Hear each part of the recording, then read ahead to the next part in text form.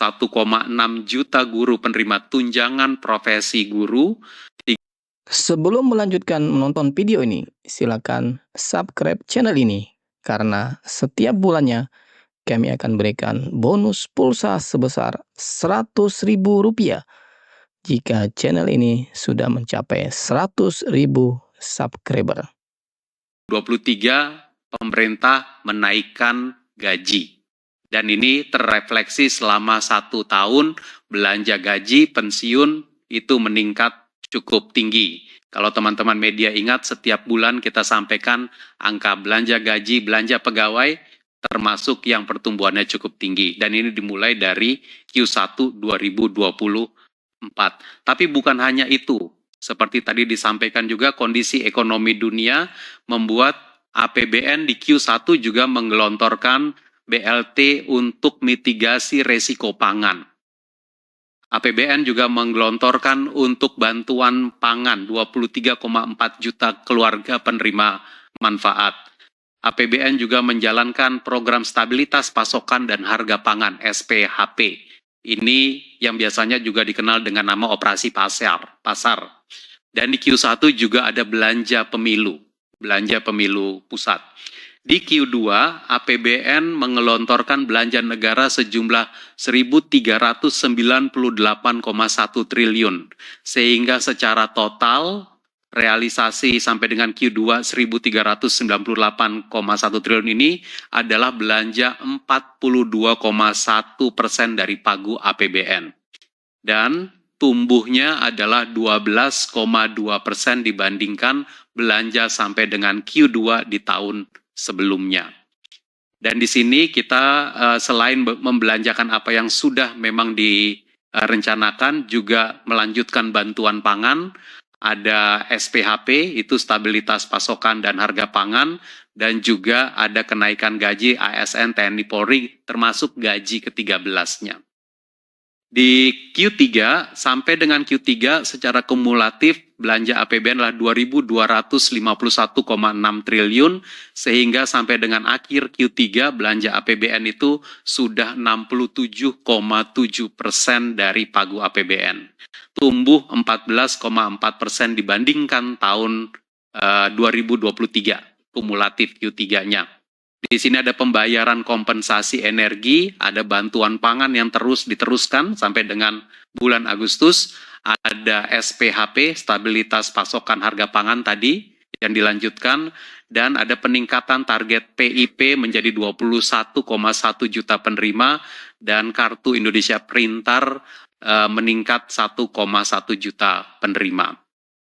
Sampai dengan Q4, berarti ini sampai dengan akhir tahun, sampai dengan tanggal 31 Desember kemarin, kita mencatat belanja APBN total adalah 3.350,3 triliun, dan secara pagu APBN adalah 100,8% dari pagu APBN.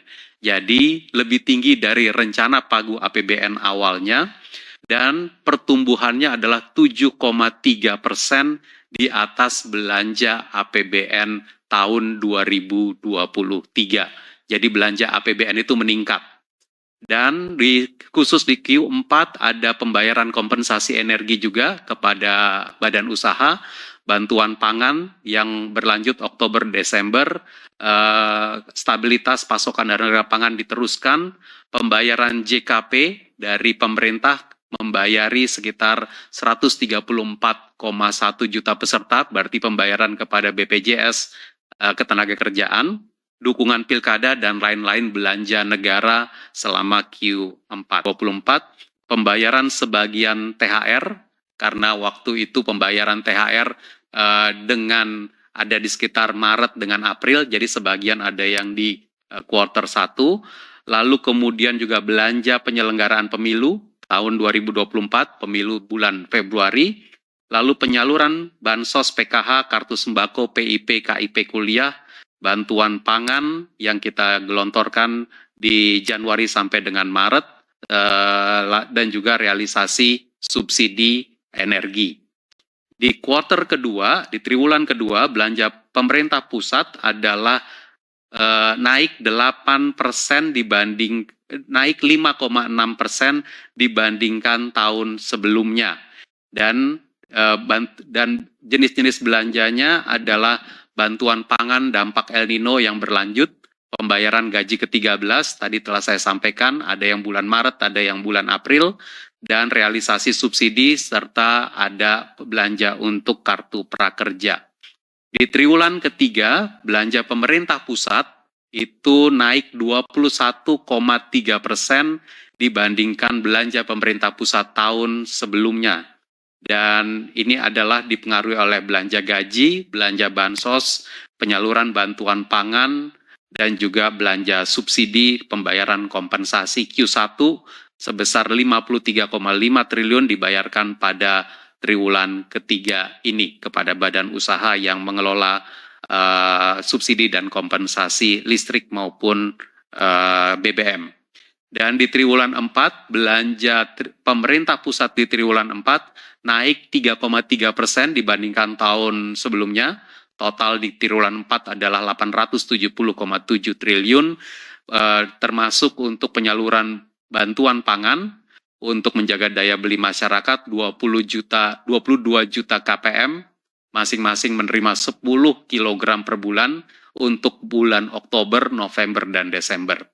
Penyaluran bantuan pangan beras tahap kedua tahun 2023 kurang bayar 2023 juga kita lunasi, dan pembangunan infrastruktur konektivitas IKN, belanja untuk pilkada serentak tahun 2024, serta pembayaran realisasi subsidi. Di slide berikutnya, teman-teman media, kami ingin menyampaikan manfaat langsung yang diterima oleh masyarakat melalui APBN yang dijalankan. Belanja kesehatan, belanja pendidikan, dan belanja perlindungan sosial memberikan manfaat yang langsung diterima oleh warga negara Indonesia. Di bidang kesehatan, 96,7 juta warga kita menjadi penerima bantuan iuran untuk jaminan kesehatan nasional.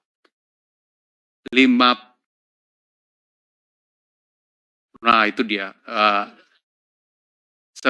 Kalau di bidang kesehatan, total APBN yang manfaatnya langsung dirasakan oleh masyarakat adalah 194,4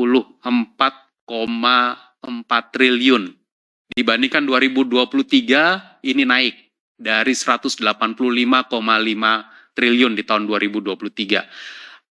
Beberapa rinciannya adalah 96,7 juta orang menerima bantuan iuran untuk menjadi peserta jaminan kesehatan nasional. 55.400 orang ibu hamil menerima makanan tambahan.